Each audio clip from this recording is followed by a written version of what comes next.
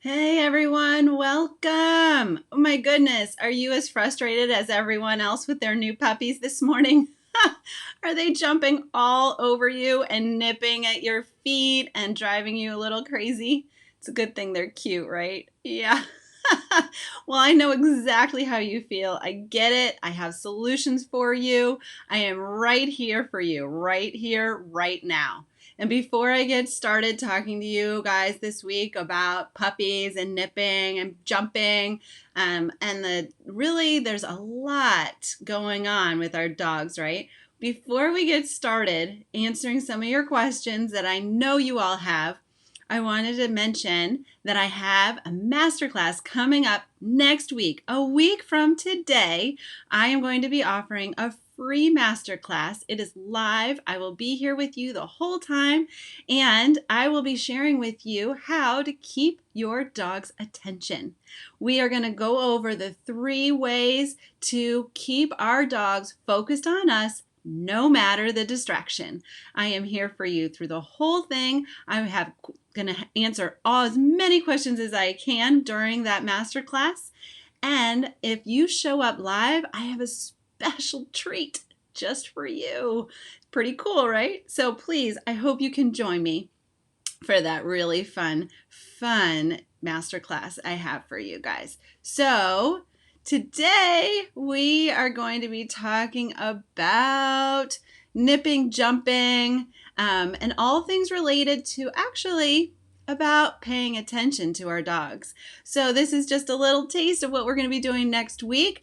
I want you guys to hear what I have to say. I'm going to give you my top 5. Today I have 3 top 5s related to nipping, jumping, barking, all things that our dogs and puppies of all ages they're really all doing, right? So let's get started. The first question I get a lot, you guys, is what do I do about my puppy nipping and jumping all over me?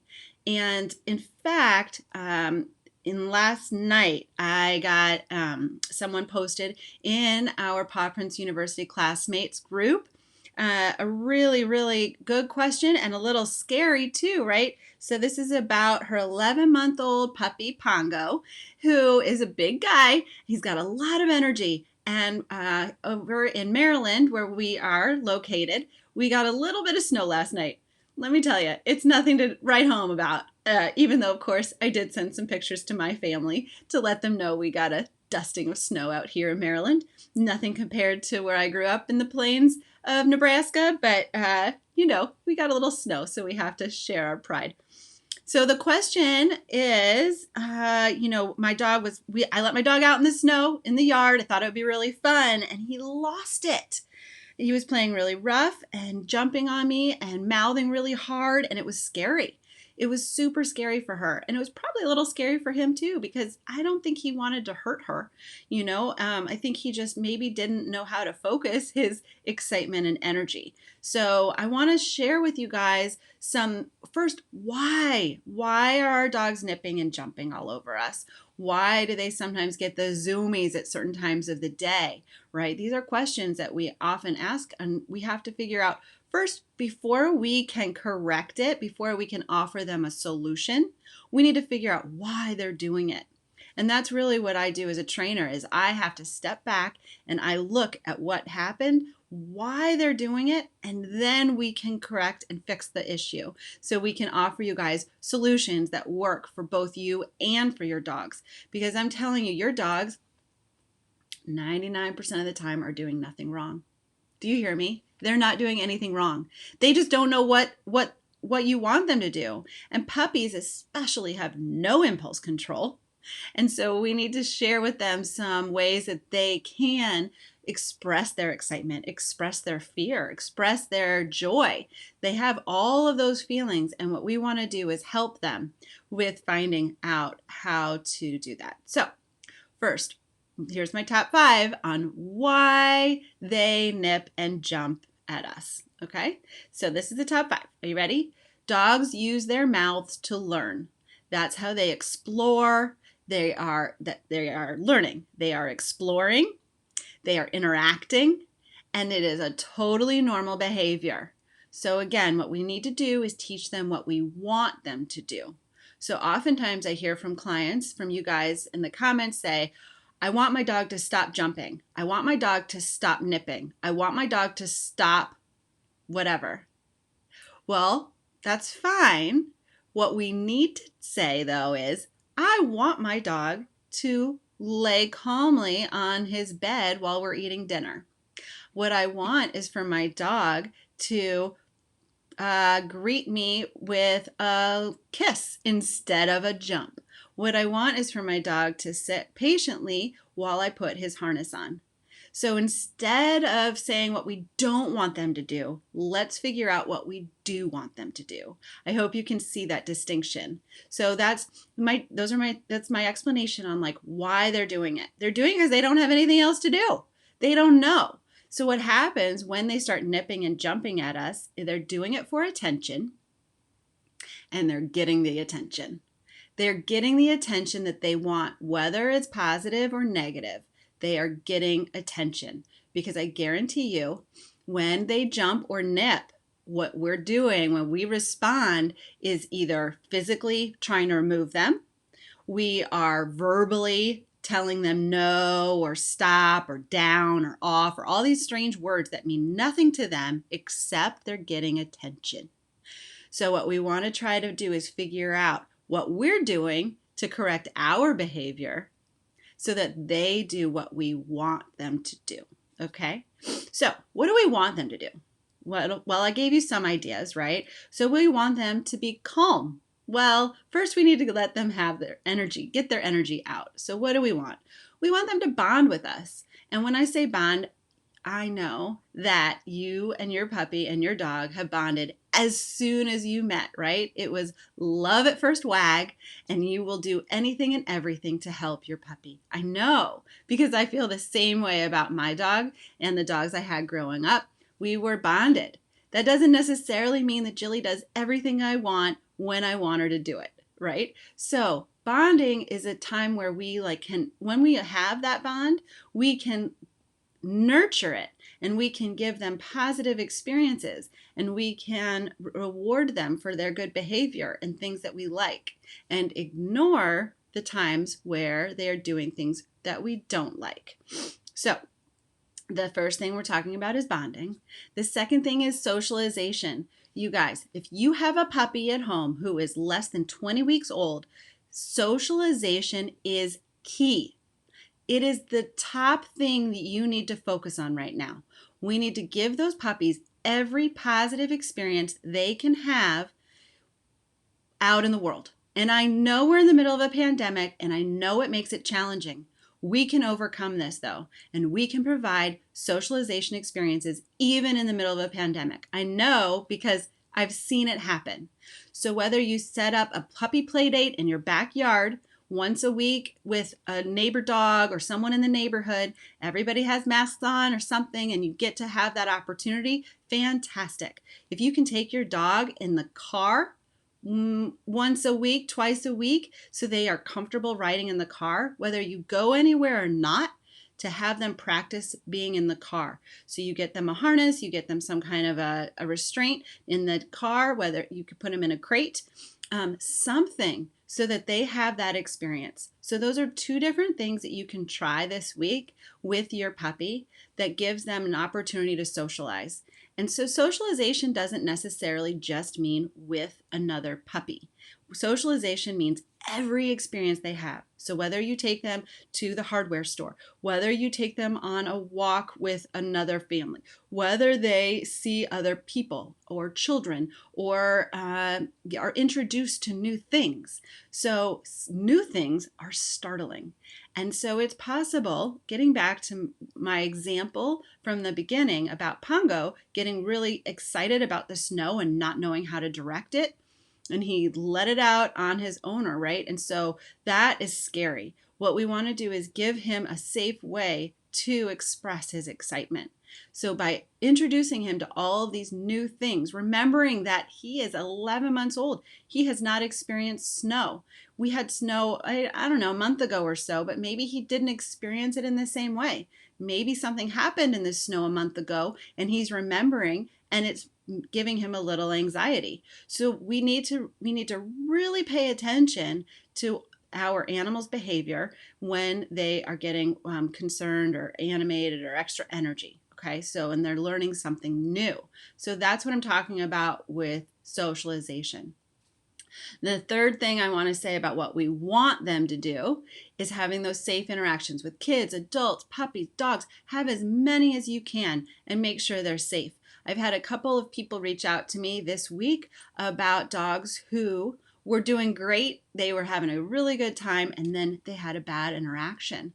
They had something happen either in a doggy daycare or in just having a puppy play date, and something happened where the puppy was something happened where the puppy got, I don't want to say attacked in a bad way, but like the other dogs weren't playing with these puppies safely.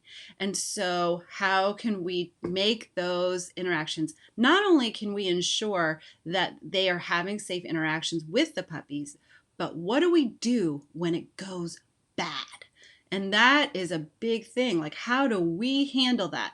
How do we separate them from the bad situation? And what do we do after? Because what happens when our dogs get amped up, when they get above threshold, is their cortisol levels shoot through the roof and they have a hard time coming back down.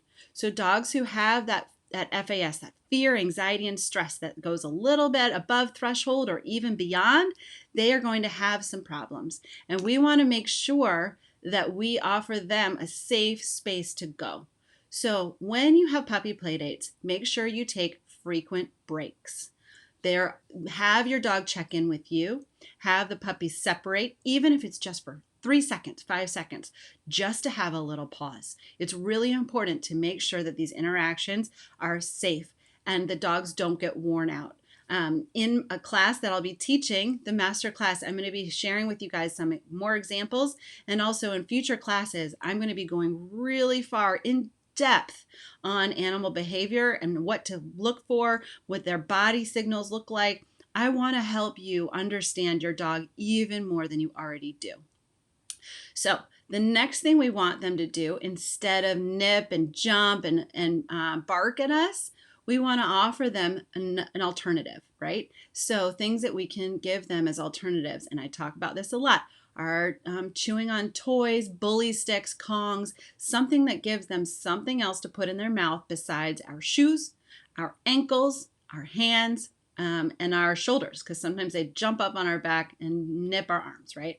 So we want to give them another thing. So you need to have toys of all different variety, whether they're stuffies or rope toys or Kongs or Nylabones, a whole variety in every room of your house, and outside, inside, in the car, wherever you are, to make sure that your dog does have something to put in their mouth. Like I said at the beginning, dogs are mouthy. They are so mouthy, and we need to make sure that they have the choices, that they have safe choices. So that's the other thing. The last thing I want to talk about, you guys, is exercise and enrichment. This sort of goes along with the last 4 things I talked about. I want to just really reinforce the need for exercise and for enrichment. These are 2 different things, and they get to the same goal. The same goal of having your dog feel relieved of all of that extra energy they have. Do you feel that pause, that breath, right? They need to have a break. And so sometimes we overstimulate, we over-exercise them, and then they really don't know what to do. For example, when I take my dog Jilly for a hike, it could be anywhere from 20 minutes to 2 hours. She is having a great time. She should be worn out after a 2-hour hike. When we get home from that hike, she runs around the house and she has to immediately go back into the backyard and do laps as soon as we get back. And then she can take a nap. So when they have a new experience or they're overstimulated, they had a 2-hour hike, that's a long time for a little dog, they need a break. So they either are going to react to us by lashing out at us, seemingly lashing out at us, or we're going to give them something else to do. For my dog, I let her run out for a few minutes before she really does take a nap. Okay, so those are just some simple things. Now, enrichment. Enrichment does not always mean food. I know that a lot of us are part of different groups and society, like little Facebook groups and different things that share all these fun ideas for enrichment. And a lot of them are food related, which is fun, which is great. And one thing I want to say is that these enrichment toys or activities that include food, they don't mean that we are giving them more calories or more food than they're already getting. No. One of the things that I talk about is getting rid of the bowl. So what does that mean? That means that those two meals or 3 meals a day that they're getting in their little bowl, and it takes them, I think, 2 seconds to inhale that food. Let's stretch out their food so that they get it throughout the day, and they have to work for it. I like to work for my food. I'm working for it right now, right? If I just was like handed the food, I would become like really lethargic and not interested. If I had a bowl of M&Ms sitting on my desk all day long that I could just snack while I just did nothing all day, I would not be motivated to get up and do something for you. I would not be motivated to, do a trick because I have the food I need. Like I don't need to roll over. I don't need to walk nicely on a leash. All I need to do is sit here and get my M&Ms all day. So that's the same thing with our dogs. So if they're getting their food all day long in a bowl, they're less motivated to walk nicely on a leash. So that's another thing about enrichment, is that we can change it up with the food. If your dog is not food motivated, we have other ways to engage them, which I've talked about in other mini trainings and I will continue to talk about. So there's lots of different ways that we can enrich our animals with and without food. And the point of enriching their lives, is that it also wears them out. It also is mental stimulation for them. It gives them the opportunity to release some of that built up tension and energy in a way that is not necessarily going on a 2-hour hike. It's doing a 5-minute puzzle or an obstacle course or something like that. So we can teach them different ways to release that energy before they react. All right. So I know you guys watched me kind of go, right in the middle of this. So not only am I a trainer for the dogs, I also want to help you guys. I want to help. This is a whole system of wellness and nutrition for us and our animals. And so one of my mantras this year has been breathe, pause, and love. And I want to share that with you. I want you guys to feel that. I want you to breathe. I want you to take that moment to pause. And I want to remind us of how much love we have for all of our animal companions. Even if we just got them last week, we have bonded with them instantaneously. And I want to make sure that you guys feel that love by breathing, having the pause, and then having that love. So those are the things I want to share with you, because your puppies are going to get overstimulated really quick. They need that break that I mentioned. Even when they're having fun with another puppy.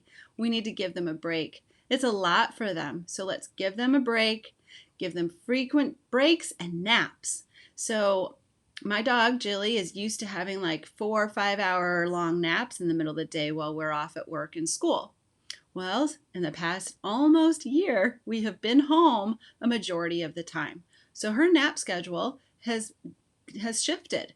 So it's hard for her to nap when we're all, walking around the house, making meals in the middle of the day. She thinks she should get a lunch too. There's things that have changed. And so she has a hard time getting those nap times.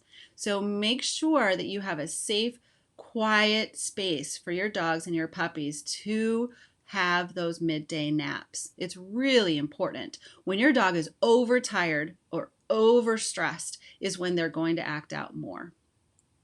So I just want to review a couple things that I mentioned throughout this learning mini training today. Is when you're playing, make sure you have a variety of toys. If you need ideas, come back. I will have plenty of ideas for you on different enrichment toys.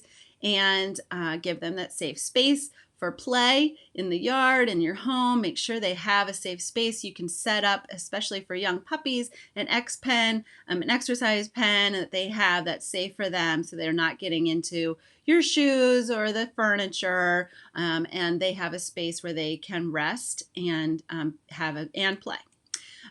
So the last thing I want to mention is that puppies don't need to greet people at the door. And the reason why I bring that up again, bring it up a lot, is because one, I know that this is an issue. I have the same issue with my dog. I work with her really hard on how to greet people, and then someone comes in the house and she jumps all over them, and it cancels out all the training that we did.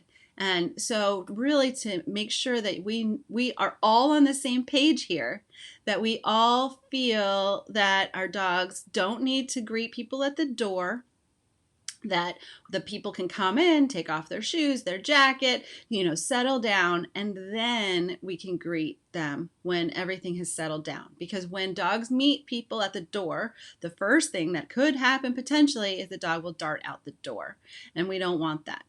The other thing is that some people don't want to meet a dog with them jumping all over them. So we want to train our dogs so that no matter who comes in the door, they feel that that both sides, the dog and the people, feel safe and welcomed.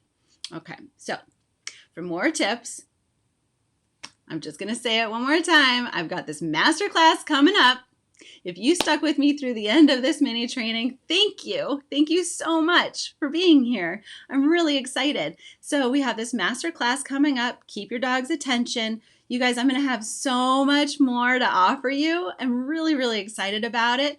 We are going to be going over a whole bunch of tips and training and games to help keep your dog's attention, to reduce your stress and frustration with the walks, with them jumping all over you while you guys are trying to eat dinner. And I'm going to give you guys one spot, one location online for you guys to get all the information you need to help live the best life you can with all of your canine companions. So instead of having to rifle through the internet at 2 a.m, you will know exactly where to go to get every answer you need. All right, I hope you guys enjoyed this training, and I will look forward to seeing you guys real soon. Have a great day wherever you are. If you had snow like we did out here on the East Coast, get out and enjoy it before it melts, and I will see you all soon.